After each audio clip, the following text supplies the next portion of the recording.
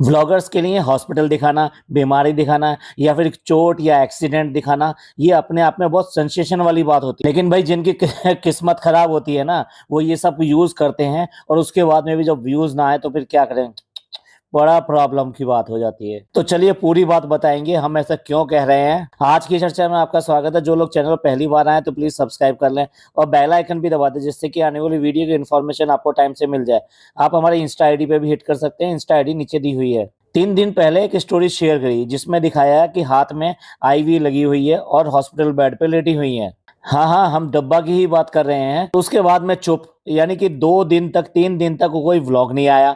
मतलब क्यूरियोसिटी से जगाने के लिए ये सब काम किया गया, जैसा हमने पिछले व्लॉग में बताया था, जिससे कि हाइप बन जाए और आने वाला व्लॉग बहुत ज्यादा हिट हो उसका।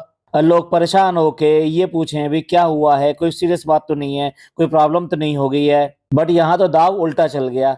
यानी कि एक बार ये डाला और डालने के बाद में फर्स्ट व्लॉग जो डाला उसमें हॉस्पिटल कहीं पे भी नहीं दिखाई दिया, कोई तबीयत खराब का जिक्र नहीं हुआ, कोई भी बात हेल्थ को लेकर हुई ही नहीं। तो जो इसके सब्सक्राइबर और व्यूअर्स की आम एक्सपेक्टेशन थी कि इसमें कुछ पता चलेगा कि क्या प्रॉब्लम हुई थी, क्यों करके हॉस्पिटल में एडमिट हुई थी, क्यों करके आईवी लगी थी, तो बमफिस हो गया। ऐसा लगा कि जो उल्लू बना दिया हो। पर ये भी इसकी एक सोची समझी चाल थी। और चाल क्या थी, यह हमेशा ऐसा करती है, कोई क्यूरियोसिटी दिखाएगी और उसके बाद में उस अगले व्लॉग में नहीं दिखाएगी। हो सकता है 2-2 3-3 व्लॉग ये आगे निकाल दे। इससे पहले भी इसने ऐसा ही किया था, चाहे इसका गिव अवे वाला व्लॉग हो या और कोई। ये घोषणा कर देती है, बोल देती है हम ऐसा करेंगे और उसके बाद में सो जाती है, जिससे कि लोग बाग जो है देखें भी क्या बात कर रहे हैं, क्या बात कर रहे हैं। जब ये इसने कहा था ना कि हम कुछ नई स्कीम बताने वाले हैं अपने रेस्टोरेंट के लिए, तब भी ये 2 हफ्ते के लिए बिल्कुल चुप हो गई थी। और ये तरीका है, लोग बाग पूछना शुरू कर देते हैं भाई क्या बात थी, क्या बात थी। पर ऐसा कुछ भी नहीं हुआ। तो आखिरकार क्या करती क्या नहीं करती, एक दिन बाद में ही असली व्लॉग लोड कर दिया और उसका नाम भी वही डाला। जैसे कि हम लोग कह रहे थे कि अस्पताल जाना पड़ा, इस तरह का कोई टाइटल डालेगी, तो क्लियर कट लिखा उसने हेल्थ अपडेट, हॉस्पिटल में अख्तियार। और इस व्लॉग के भी लास्ट में जाके उसने हेल्थ अपडेट देनी चालू करी और दिखाया कि कैसे करके हॉस्पिटल में गई। भाई अगर इतनी प्रॉब्लम थी तो क्यों करके शूट कर रहे थे, और अगर प्रॉब्लम नहीं थी तो फिर वो स्टोरी क्यों डाली। इससे साफ जाहिर होता है कि लोगों को बेवकूफ समझते हो, लोगों को झांसे में लाना चाहती थी, जिससे कि इसके व्यूज बढ़ें और चालाकी से कहीं ना कहीं इसको फायदा हो। रमजान का महीना चल रहा है पर झूठ पे झूठ, भर भर के झूठ बोले जा रहे हैं, ड्रामे किए जा रहे हैं। पहले तो इसने प्रेगनेंसी को ही पूरा ड्रामा बना रखा है और उसके बाद में तबीयत खराब को भी ड्रामा बना के रख दिया इसने। और देखिए जानबूझ के इसने वो व्लॉग शूट किया, ये हॉस्पिटल जा रहे हैं, हॉस्पिटल में चले गए, हॉस्पिटल में ड्रिप लग गई, हॉस्पिटल में क्या हुआ, ये सारी चीजें उसने जानबूझ के शूट करी हैं। आफ्टर ऑल उसको अपनी हेल्थ, हॉस्पिटल, इस सब को भी एक कंटेंट की तरह यूज करना था। ये हेल्थ अपडेट तो वैसे भी दिया जा सकता है कि ऐसा हुआ था, हमने ऐसा कर लिया, पर उसमें कंटेंट कहाँ बनता, कहाँ से वो अपने व्लॉग को खींचती। और देखिए सीरियस बात होती तो डेफिनेटली घर के कुछ लोगों को साथ में लेके जाती, लेकिन किसको लेके गई है, पिज्जा को लेके गई है। वो तो घर की सबसे बड़ी आजकल हो रही है।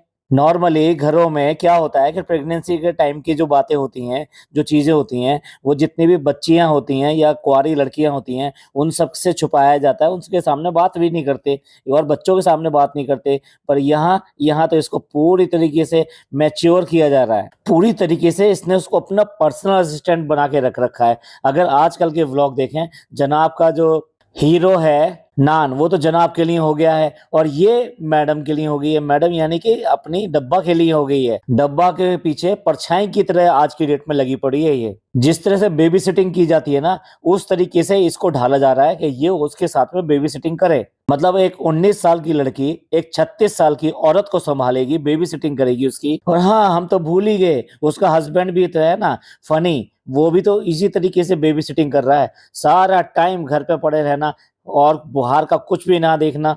यहाँ तक कि वो जो जाता है किचन में कि किचन में क्या हो रहा है उसकी जानकारी देगा आपको, और दस्तरखान कैसे बिछाया जा रहा है उसकी जानकारी देगा, क्या बनेगा उसकी जानकारी देगा, क्यों कैसा बनना चाहिए, अच्छा बना है बुरा बना है, ये भी सब जानकारी उसी ने देनी है। मैडम और जनाब के व्लॉग में जिस तरीके से घर की सारी जानकारी देने का ठेका मैडम के पास में है, और बाहर की और क्रीमी जितनी भी लेयर होती है वो सब दिखाने की जिम्मेदारी जनाब की है।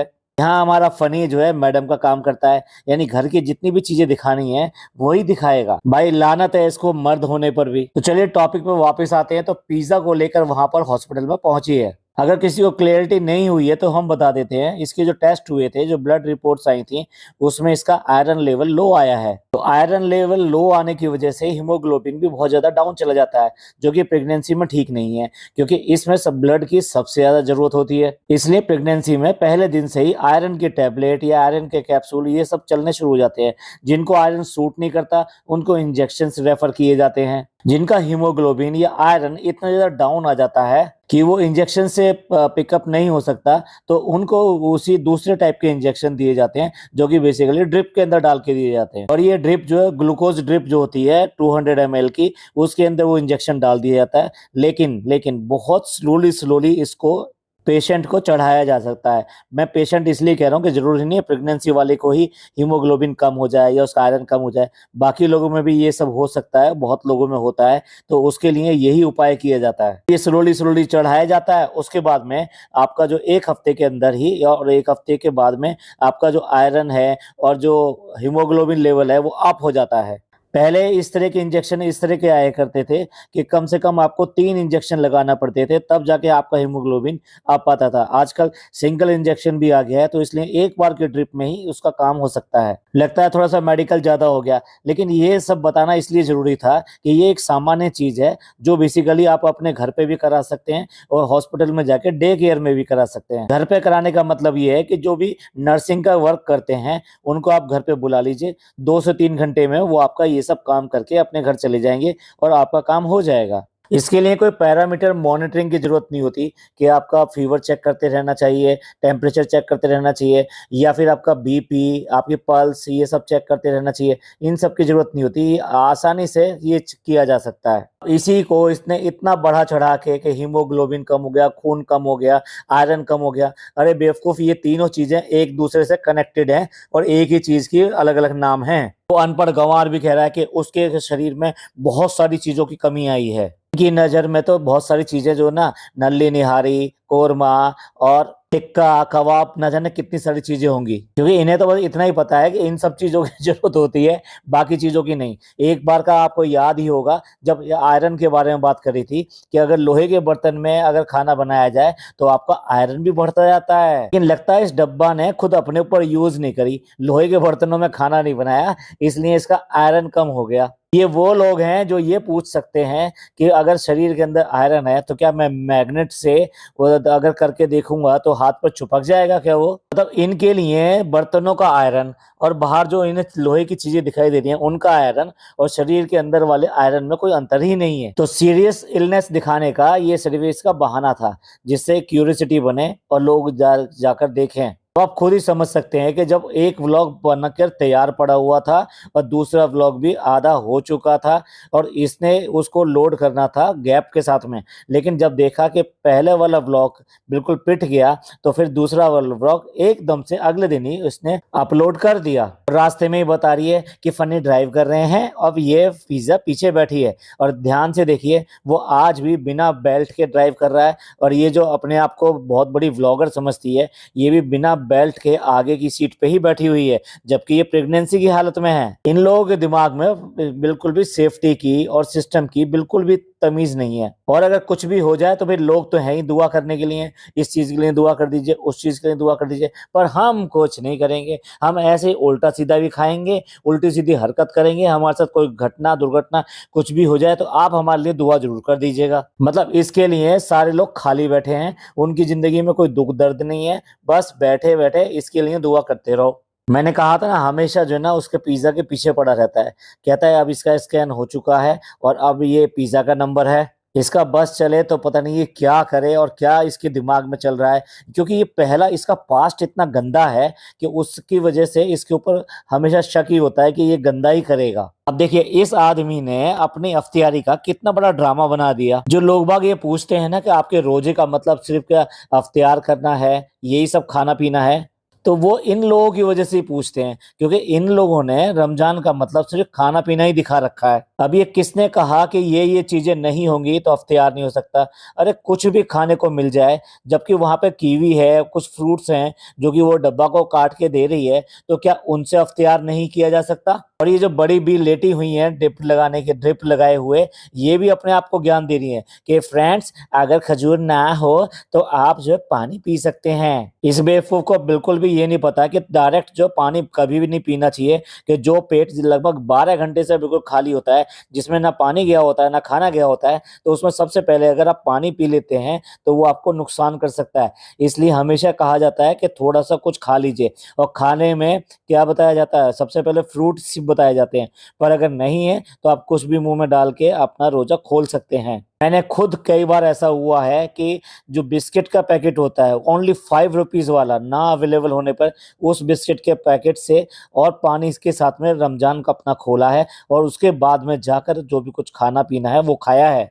कभी कभी ऐसा सफर में या कहीं आते जाते हुए आपको वो ऐसी कंडीशन पड़ जाती है तो आपको करना पड़ता है। और इसने कितना बड़ा ड्रामा दिखाया भैया, इसके लिए अख्तियारी चाहिए, इसको अख्तियारी आनी चाहिए। उसके लिए महाराज ने इतनी दूर से अपने फ्रेंड को, या फ्रेंड कह लो या उसका नौकर कह लो, उसको बुलाया है, और वो लेकर आया, इसके लिए समोसे लेकर आया है, स्प्रिंग रोल मंगवाया है, उसके अलावा भी बाकी चीजें हैं। कितना ड्रामा करेंगे ये। जैसे अख्तियार की तो इतनी ज्यादा फिक्र हो रही थी, अख्तियार के बाद की नमाज की फिक्र नहीं हो रही थी इसको। हो सकता है बहुत सारी आंटियां या कुछ लोग जो हमको ये कहने के लिए आए कि भाई प्रेगनेंसी की हालत में फिर भी उसके खाने पीने के ऊपर इस तरह से उंगली क्यों उठा रहे हो, क्योंकि उसका खाना पीना अगर इस तरह से प्रॉपर होता तो उसके अंदर आयरन, हीमोग्लोबिन, इन सब की कमी क्यों आती? तो मैं आपको इस बात का भी सबूत देता हूँ। आप इसके हाथों को ध्यान से देखिएगा, हाथों के बिल्कुल भी एक नस नहीं दिखाई दे सकती इसकी, इतना ज्यादा उसके ऊपर फैटनेस है कि हाथ जो है पूरा का पूरा ऐसा दिखाई देता है कि जैसे स्वेलिंग हो गई हो, यानी बहुत ज्यादा सूज गया हो, वैसा हाथ दिखाई देता है।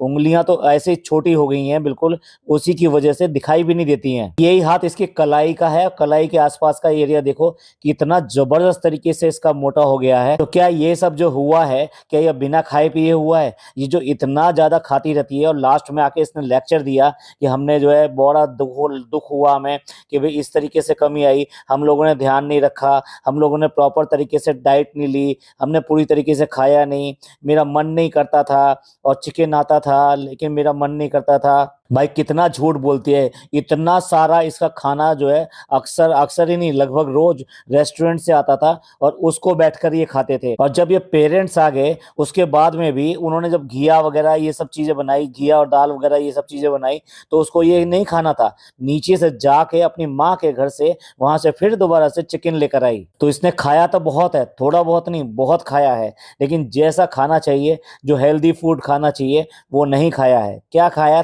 तेल खाया। जितना भी खाना खाया है सब फ्राइड और सब कुछ ऐसा तेल से भरा हुआ, ये सब चीजें खाई। तो फिर ये मोटापा नहीं चढ़ेगा तो और क्या चढ़ेगा? जो चमची और नौकरानी लेकर आई है अपने साथ में, ये सब खाना देखकर कहती है तुम ये सब खा सकती हो ना। देख लो, जितने बड़े लोगों को लेकर आओगे तो उतनी बड़ी तो बातें करेंगे। अगर कोई अकल वाला होता, कोई एक्सपीरियंस्ड होता, तो क्या इस तरह की बातें करता कि ये जो सब कुछ आया है ये तुम भी खा लो? लेकिन नहीं, उसको लेके गई है जिसको कुछ भी पता नहीं है दीन दुनिया का, ना ही हेल्थ का, ना ही खाने पीने का। इनके खाने पीने की पोल इस बात से भी खुलती है कि देखिए ये यहाँ पर आए हैं हॉस्पिटल में, और हॉस्पिटल में कितनी देर लगेगी, कितनी दूर है, और वहाँ ट्रैफिक कितना होता है। तो वहाँ पर खाने के लिए अगर भूख लगेगी तो ये क्या खाएंगे? वहाँ मार्केट का लेके खाएंगे, वही तला भुना घी तेल इन सब चीज़ों का खाएंगे? क्या इसको इतना नहीं सोचना चाहिए था कि मुझे अपने लिए थोड़ा बहुत कुछ खाने के लिए लेके चलना चाहिए, और कुछ नहीं तो इस तरह के फ्रूट्स वगैरह इस तरह की चीज़ें लेके चल सकते हैं। लेकिन नहीं, इन्होंने सिर्फ और सिर्फ ड्रामा करके दिखाना है, और ना इनको कोई तमीज है इस तरह की कि किस तरीके से हॉस्पिटल अगर जाते हैं, वहां अगर देर हो जाए तो उसके लिए क्या किया जाता है। मेरी वाइफ का ट्रीटमेंट जो है एम्स में चल रहा है, और एम्स में कई बार काफी देर लग जाती है। वो कोई भी दिन ऐसा नहीं होता कि जब वो एम्स में ट्रीटमेंट के लिए जाए अपने, और अपने साथ में खाने के लिए कुछ ना लेकर जाए। चाहे वो नमकीन चावल बना के लेके जाए, चाहे वो रोटी का रोल बनाकर लेके जाए जिसके अंदर सब्जियां वगैरह ये सब भरी हुई हो, जिसको वो आसानी से खा सके। देखिए, एक तरफ आपका इलाज चल रहा है, आपकी दवाइयां चल रही हैं, तो आपको खाना भी उसी तरीके का लेना पड़ेगा, वरना वो और ज्यादा नुकसान कर सकता है। भूखे रहना भी नुकसान करेगा और साथ साथ उल्टा सीधा खाना भी नुकसान करेगा। और यही वजह है कि हॉस्पिटल वालों ने उसको बिस्किट्स वगैरह ये सब दिए हैं, क्योंकि हॉस्पिटल वालों को ये है कि आपको ने खाया हुआ हो या ना खाया हुआ हो, वो आपको थोड़ा सा खाने के लिए देंगे, चाय वगैरह देंगे और उसके बाद में आपको मेडिसिन देंगे। कुछ और भी प्रिकॉशनरी बातें हेल्थ के लिए मैं बताना चाहता था, लेकिन अच्छा है कि आप अपने डॉक्टर से कंसल्ट करें और उन्हीं की सलाह से चलें। और भाई अब लास्ट में आगे दोनों के दोनों यहाँ बैठकर, जैसे कि मैडम और जनाब करते हैं, बिल्कुल इन्होंने वही रवैया अपना लिया है और वही ट्रेडिशन अपना लिया है। कोई भी बात हो, आओ और आके बैठो और उसके बाद में दुनिया जहान पे अपना सारा ज्ञान उड़ेल दो। बकवास बकवास बकवास, पूरी तरीके से खिसियाने तरीके से आके बताने के लिए कि भाई ये जो व्लॉग डाला है हमने 2 हफ्ते पहले का बना हुआ, 1 हफ्ते पहले का बना हुआ था, और फिर हमारी तबीयत खराब हो गई थी। खुद अपनी ही हवा निकालने के लिए आ गई, कह रही थी पहले तो ये बता दूं मैं आपको कि बहुत कुछ सीरियस नहीं था। अरे सीरियस नहीं था तो तेरे को वो स्टोरी लगाने की क्या जरूरत थी? ऐसे तो हेल्थ चेकअप के लिए तुम कितनी बार जाते हो, तो क्या हर बार तुमने स्टोरी लगाई है इसकी? और बाकी चीजें मैं पहले बता ही चुका हूँ, क्या क्या उसके अंदर कमी है और क्या क्या कम बता रही है। उसके बाद में कहती है कि हमको जब ये पता लगा तो हमको थोड़ा गिल्ट हुआ। तुम्हें अब गिल्ट हो रहा है जब इतने सारे सब्सक्राइबर और तुम्हारे व्यूअर्स तुमको कमेंट करते हैं और तुमको हिदायत देते हैं, ऐसा मत करो, ऐसा मत करो, लेकिन तब तुम्हें लगते हैं कि वो क्रिटिसिज्म कर रहे हैं तुम्हें, तुम्हारे को जलन है, तुम्हारे से जेलस करते हैं। और नमूना भी आ गया, आके बता रहा है कि इसमें ये कम है, इसमें वो कम है। भाई तू क्या कर रहा था भाई? तू अपने वहाँ रेस्टोरेंट जाता नहीं है, यहाँ घर ही संभालता है और इसी को संभालता है, और उसको तेरे संभालने के बाद में इसका ये हाल हुआ है। क्यों नहीं जितनी बार भी ये डॉक्टर के पास जाती है, वहां से खुद जाके समझ के आते हैं कि क्या करना चाहिए इसको और क्या क्या चीजें नहीं करनी चाहिए। देखकर तो ये आदमी बहुत ही बुरा लगता है, पता नहीं क्यों इसको इतना अच्छा कहते हैं कि कितने अच्छे हैं ये भाई, कितने अच्छे हैं फनी भाई, कितने अच्छे हैं, कितने अच्छे हस्बैंड है। अब आप देख लो, इतने अच्छे हस्बैंड है कि वाइफ को किस कगार पे लाके खड़ा कर दिया इसने। ऐसा नहीं है, प्रेगनेंसी के टाइम पे बहुत सारी लेडीज में इस तरह की प्रॉब्लम आती है, पर उनके साथ में बहुत सारे और फैक्टर भी होते हैं। लेकिन यहाँ यहाँ तो ये सब चीजें क्रिएट की जाती हैं, जानबूझ के इस तरह की हरकतें की जाती हैं, उसके बाद में फिर इस तरह फंस जाते हैं ये। और देखिए, मैं फोटो नहीं डाल रहा हूँ, जब ये कह रही है कि वैसे हम ना, आपको दिखता होगा व्लॉग में खाते हुए, लेकिन हम बहुत कम खाते हैं, तो हाथ चला रही है। हाथों का आकार देखिए, मोटाई देखिए, आपको साफ पता लग जाएगी कि कितना खाती है। और बात कर रही है कि कम खाने की, और बात कर रही है कि चिकन हम ज्यादा खाते नहीं है, अंडे ज्यादा खाते नहीं है। सबसे ज्यादा तो इसने अंडे ही दिखाए हैं। कभी आज तक दिखाया है इसने कि जितने अंडे इसने उबाले हैं उसमें से कितने अंडे बचा दिए, या ये कहा हो कि ये अंडा बच गया है, ये आप खा लो, आप खा लो, आप खा लो? किसी को बोला हो आज तक? ये सारे खाती है, उसके बाद में ये ड्रामा कर रही है यहाँ पर। अब बताइए, टिक्के को कितनी बड़ी बात समझ रही है कि जैसे भी लोग जो टिक्का खाते हैं, अरे ये टिक्का नहीं खाती, ये मंगा मंगा के खा रही थी टिक्का होटल से। अक्सर जो टिक्का ही मंगा के खाती थी। भैया झूठ उतना बोलो जितने तुम्हारे व्लॉग में नजर ना आए। यही सब तो इसकी भाभी ने किया था। जैसे प्रेगनेंसी हुआ, उल्टा सीधा, और उसने तो बाहर का भर भर के खाया, भर भर के खाया। फिर जब तबीयत खराब होगी तब जाके रुका। पता नहीं ये सब लोग जो है प्रेगनेंसी को ये क्यों समझते हैं कि प्रेगनेंसी होगी तो भर भर के खाना है, खूब खाना है, और सब चीजों की रेस्ट्रिक्शन हटा दो, मतलब क्रेविंग के नाम पे आप कुछ भी खाते चले जाओगे। आके कह रही है सब लोग बहुत ज्यादा परेशान हो गए थे, हमने ऐसा स्टोरी लगा दी थी। अरे बेअकल, तूने लगाई क्यों थी? असल बात तो ये है, इसने जानबूझ के लगाई थी, ये सिर्फ बहानेबाजी कर रही है यहाँ पर आकर। तो बोल रही है अल्हम्दुलिल्लाह, कोई ऐसी बात नहीं है, कोई ऐसे सीरियस वाली बात नहीं है, लेकिन हाँ, आप लोग जरूर दुआ कर लेना, क्योंकि आपके पास में यही काम है कि आप दुआ करते चले जाओ और ये सब चीजें बिगाड़ते चले जाएं। उसके बाद में फिर दुआ करें, फिर दुआ करें, ये साइकिल चलता रहेगा। इन्होंने बिगाड़ना है और आपने दुआ करनी है। और नमूना पीछे बैठा हुआ बोल रहा है कि भाई ऐसे हो जाती है जब प्रेगनेंसी होती है, हमारे लिए पहली पहली बात है, आप लोगों के साथ में भी ये प्रॉब्लम आई होगी, हो जाती है, हमें पता नहीं था इसका। अरे पता नहीं था? नए रास्ते पे जा रही हो तो जरूरी है तुम गड्ढों में गिरोगे? पहले पता कर लो ना कि क्या क्या रास्ते में कमियां क्या है, कौन सा रास्ता है, कहाँ जाना है, कैसे जाना है। ये इतनी सारी जी चीजें गूगल पे पड़ी हुई है, इतनी सारी चीजें यूट्यूब पे पड़ी हुई हैं। तुम्हारी माँ है, तुम्हारी सास है, तुम्हारी भाभी है, पता नहीं कितने सारे लोग तुम्हारे अपने घर में मौजूद हैं। कुछ उनसे सलाह ले ली होती, उनसे पूछ लिया होता आ जाते हैं यहाँ पे लेक्चर देने के लिए, अपने आप को ये दिखाने के लिए जैसे ये कितने ज्यादा इनोसेंट हो, इन्हें तो कुछ पता ही नहीं है और बस ये ऐसे ही हो गया। ये तो शुक्र की बात है, ये नहीं कहते कि अल्लाह की मर्जी थी ऐसा हो गया। यानी जब बुरा हो जाए तो किसी और पे डाल दो, अच्छा कर रहे हैं तो यही कर रहे हैं। तो कह रही है कि थर्ड सेमेस्टर में आके इसके साथ में ये सब हो गया है, यानी पहले नहीं हुआ लेकिन अब हो गया। अरे जितना तुमने ये किया है वो कहीं ना कहीं तो निकलेगा, कहीं ना कहीं तो दिखाई देगा, और वो रिजल्ट अब दिखाई दे रहे हैं। ध्यान दीजिएगा कैसा बीवी के पीछे छुपा पड़ा है, कभी सर नीचे कर रहा है और लास्ट में बिल्कुल आके ये कह रहा है बस हमें दुआओं में याद रखिएगा, यानी अब खत्म करो बस हो गया। लगता नहीं ये आदमी जो आदमी कहने लायक है। चलिए ठीक है, आप क्या सोचते हैं इन सब के बारे में? ये किस तरह की ड्रामेबाजियां करते हैं और सिर्फ हेल्थ के नाम पे लोगों को बेवकूफ बनाते हैं? तो आप क्या सोचते हैं प्लीज कमेंट करके जरूर बताइएगा। ये था हमारा पॉडकास्ट। ये पॉडकास्ट आपको अच्छा लगा हो तो प्लीज लाइक कीजिए, सब्सक्राइब कीजिए, शेयर कीजिए। थैंक यू, धन्यवाद, शुक्रिया।